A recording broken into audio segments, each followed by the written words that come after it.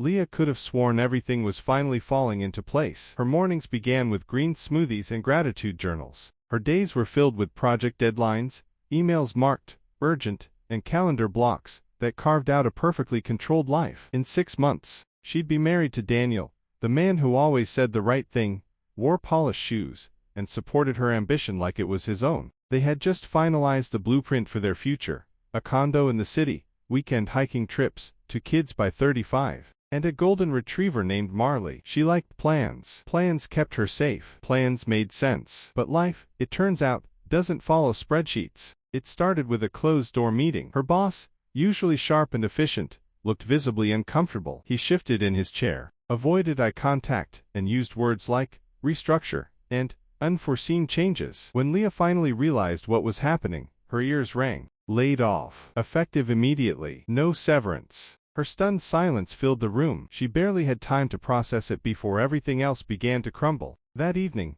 she came home early to Daniel pacing in their apartment. He was pale, sweating, haunted. She assumed he was planning a surprise, until he looked her in the eyes and shattered her world. "I need to tell you something. I haven't been honest." The words that followed came in jagged, uneven sentences. A confession. A mistake. Months ago. Someone else. He thought it was over. He didn't want to hurt her. He didn't want to lie anymore. He didn't know why he did it. Leah couldn't breathe. She didn't cry. Not at first. It felt like the world was folding in on itself, like she'd been dropped into an alternate reality, where nothing could be trusted. Her job, her relationship, her future, gone. That night, she wandered the city for hours, numb, her engagement ring cold against her skin. Everything she had worked for, everything she thought she could count on, had evaporated in less than 24 hours. And in the silence of her apartment, surrounded by wedding magazines, unopened bills, and a still-wrapped housewarming gift from her aunt, a terrifying thought crept in.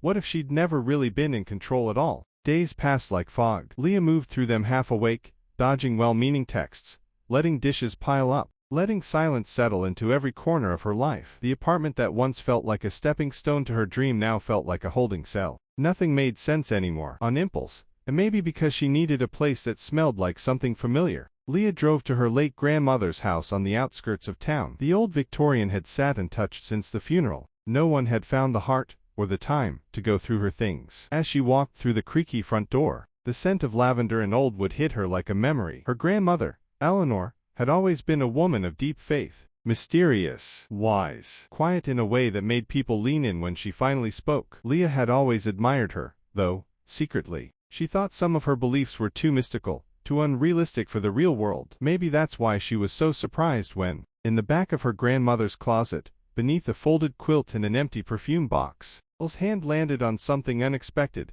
a worn leather journal wrapped in faded green ribbon. It felt intentional. She sat down on the old floral armchair, the journal warm in her hands. Its pages were yellowed, the ink slightly smudged. But what struck her most were the contents, not diary entries, but what looked like prayers, cryptic reflections, strange notations, and one phrase written over and over again: "The detour is the destination." Some pages described missed trains that led to divine meetings. Some detailed heartbreaks that cracked open new beginnings. One story told of Eleanor's job falling through days before she was offered a position that changed the course of her life. Another described a canceled engagement followed by the phrase, "Some promises must be broken to make space for the ones God will keep." Leah blinked, reading that line twice. She wasn't sure if she believed in signs, or destiny, or divine detours, but the timing of this discovery, it was too uncanny. It felt like Eleanor was whispering to her from beyond, offering a map through the wreckage of her own unraveling. Still, Leah resisted the pull. The idea that all this chaos might be part of something bigger, that there was meaning in the madness. She didn't know if she could go there. But that night,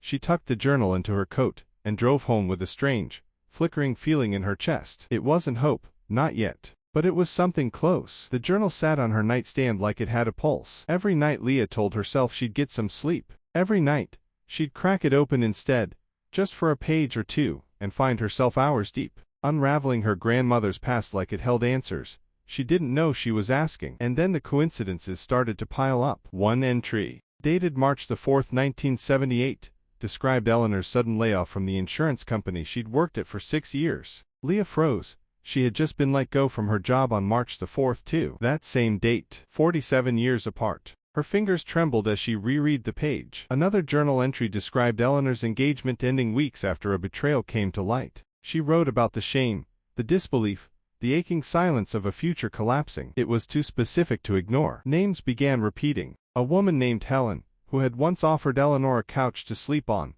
appeared in 3 separate entries. Leah had just received a voicemail from a distant family friend, Helen, who just happened to be in town and thought of her. It was as if her grandmother's life was running underneath her own, like a spiritual twin flame flickering in another time. The lines blurred. Were these coincidences or clues? Elle's heart battled logic. She wanted to dismiss it all, chalk it up to desperation and grief. But something deeper was stirring, a sense that she wasn't just reading the journal, she was living it. She began mapping out the parallels on her whiteboard, a trail of notes and highlighted verses. The deeper she went, the more the patterns revealed themselves. Her rational mind screamed for order, but her soul whispered something else entirely. This is not repetition, this is revelation. Still, one question haunted her.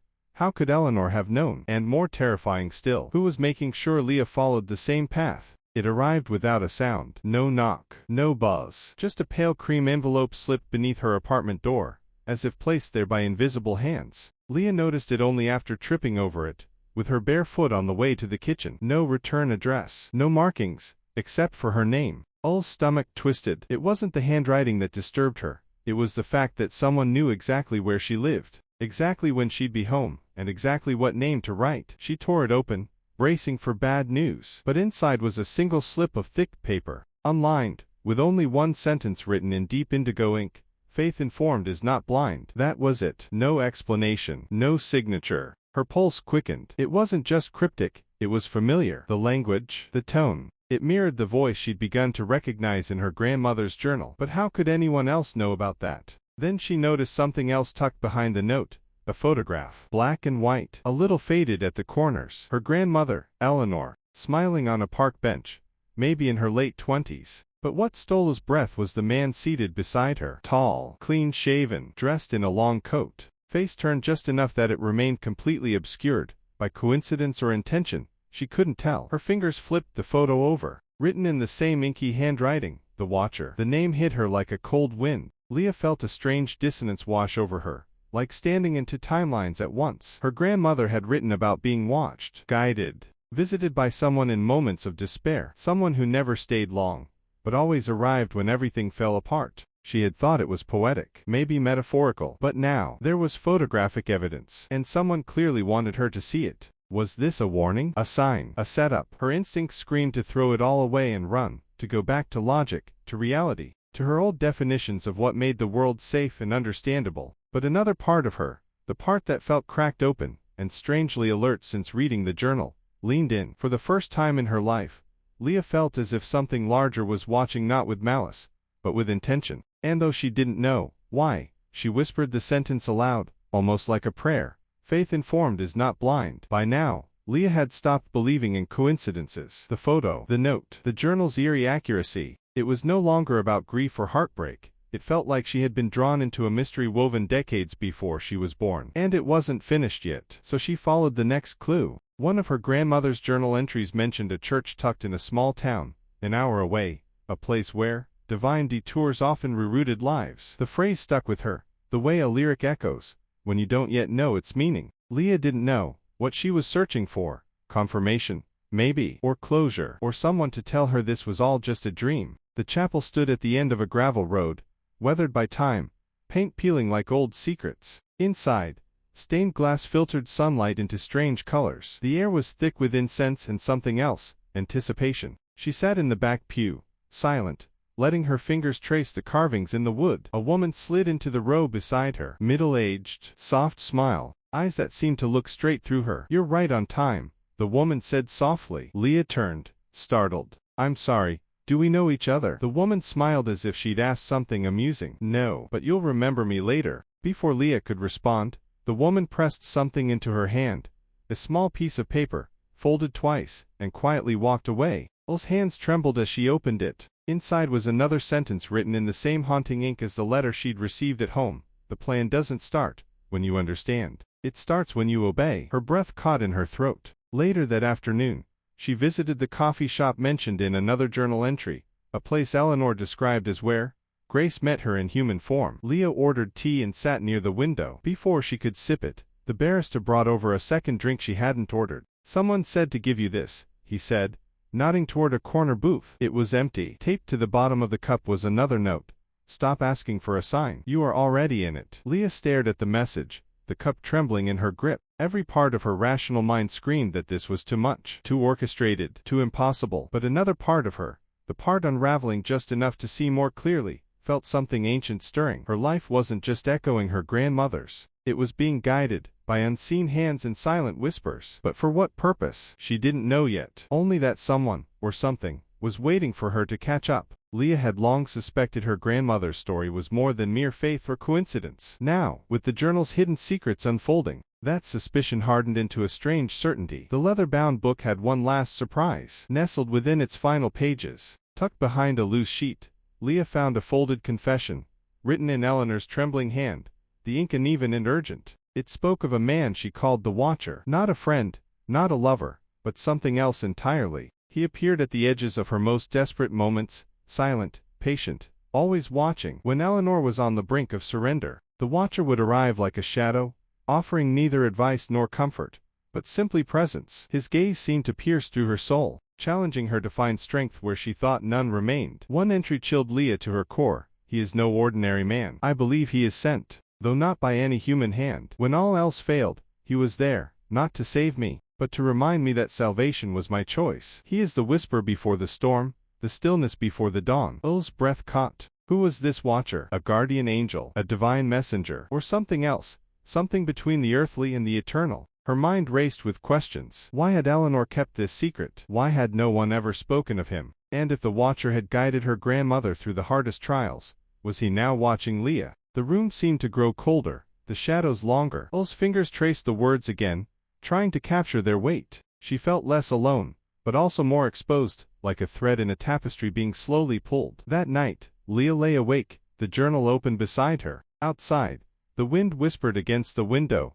carrying a chill that wasn't entirely natural. Somewhere deep inside, Leah knew her path was no longer just about loss or betrayal. It was a journey marked by unseen guardians, spiritual battles, and choices heavier than she'd ever imagined. And somewhere, just beyond the edge of sight, the Watcher waited. Days bled into restless nights as Ul's obsession with the journal grew. Every discovery brought more questions, and more unease. The whispered presence of the Watcher shadowed her thoughts, making reality feel thin, like a veil trembling in a cold draft. Then, in a moment of quiet desperation, Leah decided to search her grandmother's old Bible. It had been untouched since Eleanor's passing, a relic wrapped in worn leather and delicate gold-edged pages. She ran her fingers over the spine, hesitating before she slipped a hand inside. Between the pages, pressed carefully beneath a faded photograph of Eleanor and her late husband, she found it, a torn-out chapter from the journal. The edges were ragged, as if ripped out in haste. The paper was fragile but bore Eleanor's unmistakable handwriting. With trembling hands, Leah unfolded the pages. The chapter chronicled a decision so dire it had nearly cost Eleanor everything: her faith, her family, her future. It spoke of a moment when Eleanor had been tempted to abandon the path she'd been led to follow, to reject the painful detours and choose safety instead. But the chapter ended abruptly. No conclusion, no resolution, only one haunting line, scrawled at the bottom in heavy, angry script: "Do not trust the one who apologizes last." Ul's heart hammered. Whom was this warning about? Was it a person from Eleanor's past? A hidden betrayal? Or someone closer than she dared imagine? The weight of the unfinished chapter pressed down on Leah, dragging her into a labyrinth of doubt. If her grandmother had wrestled with such a betrayal, could Ul's own life be caught in a repeating cycle? She folded the fragile pages carefully and tucked them close to her chest. For the first time, the journal didn't feel like a guide, it felt like a trap. Outside, the wind picked up again. Ul's voice cracked, barely holding together. "Because someone warned me. Someone told me about the journal, about your destiny." He looked away, ashamed. "They said my betrayal was necessary, that it would break you open, push you toward the truth." Leah staggered back, the walls closing in. This was more than betrayal now. It was manipulation, a game she hadn't even known she was playing. "And who is they?" she demanded, voice rising despite herself. Daniel hesitated, then lowered his gaze. "I don't know their name, but they've been watching you your whole life. They made sure I was part of the plan. I was a pawn." Leah, her world spun. Had she been victim, or something else entirely? A player in a divine chess game, where even pain was scripted. Tears burned her eyes, but this time they were laced with something new: rage, confusion, and a fragile glimmer of understanding. Leah realized the enemy wasn't just the man she loved and lost. The enemy was the messenger. The air inside the small church office was thick with dust and years of whispered prayers. Leah sat across from Pastor Matthews, the man her grandmother had trusted above all others, a man whose calm eyes now seemed heavy with a secret he'd carried far too long. She had come seeking answers, but the truth he shared shattered her to the core. "Leah," he began gently, "your grandmother's faith was not naive. She understood something many don't, that sometimes God allows chaos, not to punish, but to prepare." Leah's hands clenched the edge of the worn wooden desk. But all of this, the layoffs, Daniel's betrayal, the letters, how could any of this be allowed by God? "It feels like manipulation," Pastor Matthews sighed. "It's not manipulation, but divine orchestration. The storms you've weathered were never random. They were the forge in which your faith and character were tempered." He leaned forward, voice dropping to a near whisper. "Your grandmother once faced a crossroads much like yours. She, too, wrestled with fear and doubt. But through surrender, she found purpose." Leah's breath hitched. "So, it was all planned. My pain, my losses, were they necessary?" "Necessary, yes, but never without choice. God's plan is not about control, it's about invitation. An invitation to trust, even when the path is unclear." "Your trials were the prologue to your awakening."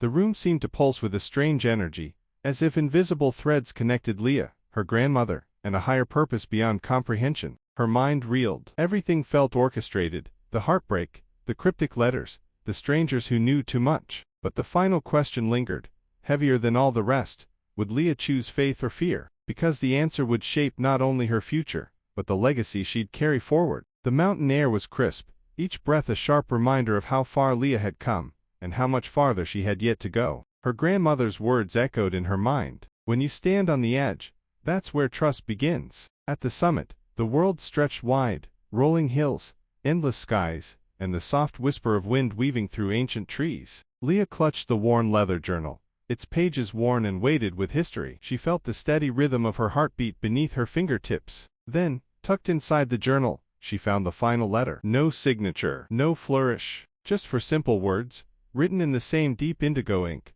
that had haunted her nights and fueled her days. The plan was never broken. "You are." Tears welled, blurring the horizon as the weight of those words settled deep in her bones. For years, she had fought to control every detail: her job, her love, her future, only to watch it all unravel. But here, on this mountaintop, Leah understood: surrender wasn't failure, it was freedom. With trembling hands, she released the journal to the wind. Pages fluttered, lifted, and scattered like leaves on the breeze, carrying away doubt, pain, and fear. She closed her eyes and whispered a prayer, not for certainty, but for courage. And in that sacred silence, Leah felt it. Peace, purpose, a new beginning. Because sometimes, faith isn't about having the answers. It's about taking the leap and trusting you'll land exactly where you're meant to be.